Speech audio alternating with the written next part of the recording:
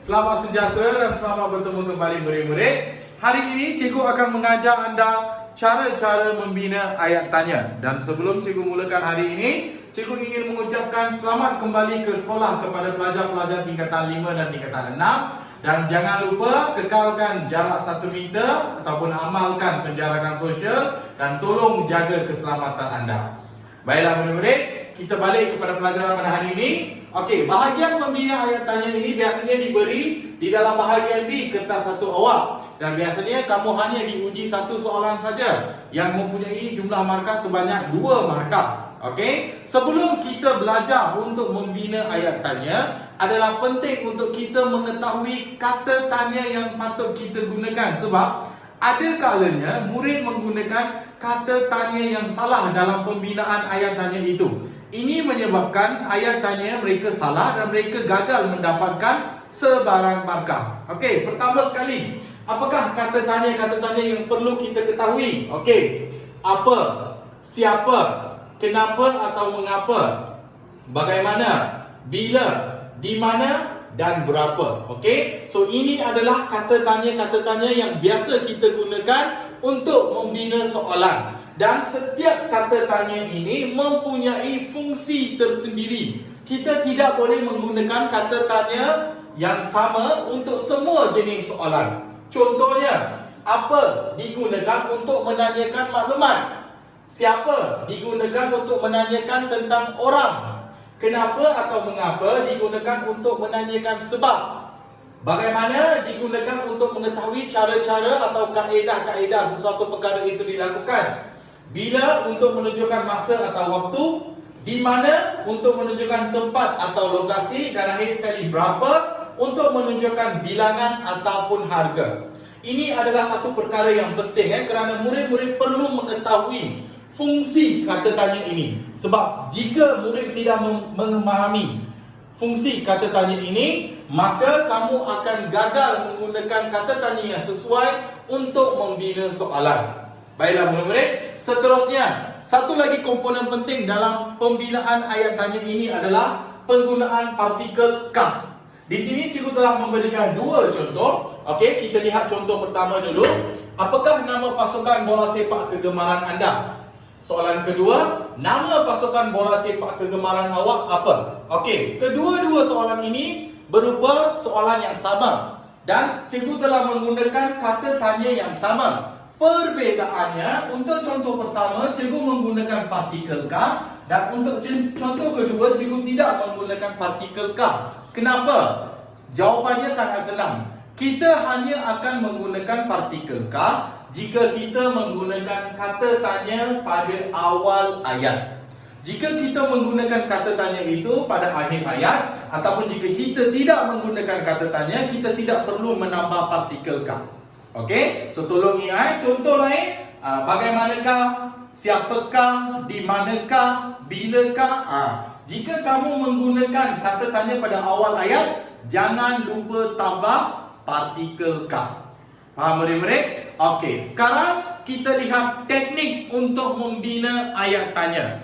Teknik yang akan cikgu memperkenalkan hari ini adalah teknik perikata. Apa itu perikata? Pre bermaksud predikat dalam sesuatu ayat tersebut, dan kata merujuk pada kata tanya yang akan kita gunakan. Okey, pertama sekali, kenapa cikgu kata predikat itu penting? Sebab predikat yang mempunyai maklumat yang perlu kita gunakan untuk membina ayat tanya. Okey, contoh.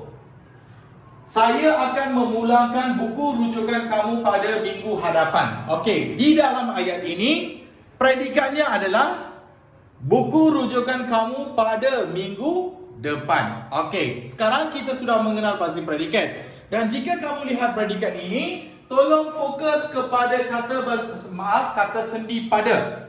Pada ini digunakan untuk merujuk waktu ataupun masa. Dan jika kamu ingat betul-betul, untuk menunjukkan waktu atau masa, kita menggunakan kata tanya bila. Jadi, soalan kamu sepatutnya, bilakah kamu akan memulangkan buku rujukan saya. Atau kalau kamu nak tulis, kamu akan memulangkan buku rujukan saya bila juga diterima. Tetapi kesalahan umum yang biasanya dilakukan oleh murid-murid di bahagian ini adalah walaupun mereka berjaya menggunakan kata tanya yang tepat, tetapi mereka gagal mendapatkan markah disebabkan beberapa perkara. Antaranya, mereka menggunakan kata tanya yang tepat tetapi salin bulat-bulat daripada jawapan. Contohnya, bilakah saya akan memulangkan buku rujukan kamu? Itu adalah ayat tanya yang salah. So, jangan tiru ataupun salin bulat-bulat daripada jawapan yang diberi. Apabila kamu sudah mengenal pasti kata tanya yang sesuai, cuba tukarkan ayat itu dalam bentuk ayat tanya. Jangan salin bulat-bulat. Okey, sekarang kita lihat contoh kedua. Pertandingan syarahan peringkat daerah itu akan diadakan pada bulan hadapan. Okey, dalam bahagian ini ataupun dalam ayat ini, predikatnya adalah akan diadakan pada bulan hadapan. Sekali lagi kita menggunakan kata sendi pada. Dan sama seperti tadi, jika kita mempunyai kata sendi pada, maksudnya kita perlu menggunakan kata tanya bila. Jadi soalan kamu sepatutnya, bilakah pertandingan syarahan itu akan diadakan? Okey, jika kamu sudah menulis sebegini, maka tahniah, kamu sudah layak mendapatkan 2 markah penuh. Dan contoh seterusnya, saya menjawab soalan matematik itu menggunakan operasi darab. Okey, sekali lagi, predikat dahulu. Predikatnya adalah menggunakan operasi darab. Okey, menggunakan operasi darab merujuk kepada kaedah ataupun sinonimnya cara. Jika cara, kita perlu menggunakan kata tanya bagaimana. Jadi soalan kita, bagaimanakah saya tukar kepada kamu menjawab soalan matematik itu. Okey, sekarang murid-murid, berdasarkan jawapan ini, berapa markah yang kamu rasa cikgu dapat? 2 atau 1? Kalau kamu rasa 2, tekaan kamu adalah salah. Cikgu hanya layak mendapatkan 1 markah saja. Kenapa? Sebab ini adalah satu lagi kesalahan lazim yang dilakukan oleh murid-murid, di mana murid-murid telah berjaya membina ayat tanya yang betul, tetapi satu kesilapan kecil di mana mereka gagal menulis tanda soal. Jika kamu gagal menulis tanda soal, kamu hanya layak mendapatkan 1 markah sahaja.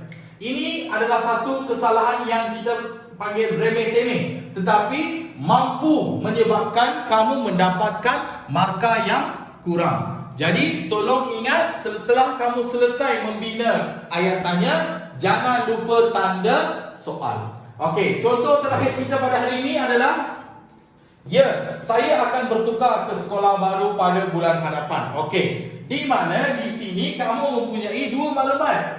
Ya, bermaksud bersetuju, kemudian mereka memberikan informasi. Okey, sekarang pertama sekali, jika jawapan kamu mempunyai ya, pertama sekali kamu kena gunakan kata tanya adakah. Okey, so jika kamu nampak ada perkataan ya dalam jawapan di situ, soalan kamu mesti mempunyai kata tanya adakah. Okey, selanjutnya kita salin balik sahaja. Bagaimana? Adakah?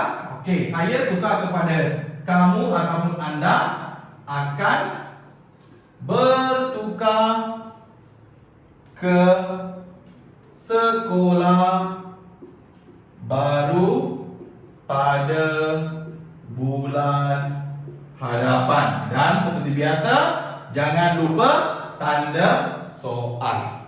Okey, cikgu gunakan contoh satu lagi ya. Contoh jawapan adalah ya, saya akan menyertai pertandingan itu. Jadi sepatutnya soalan kamu, adakah kamu akan menyertai pertandingan itu? So jangan lupa, jika jawapan itu mempunyai perkataan ya, jangan lupa gunakan adakah sebagai kata tanya ataupun permulaan soalan kamu. Baiklah murid-murid, itulah teknik perikata yang boleh digunakan oleh kamu untuk menjawab bahagian membina ayat tanya. Dan seperti mana yang cikgu pesan selalu, perkara ini bukannya sesuatu yang awak belajar hari ini, esok tiba-tiba dah jadi mahir.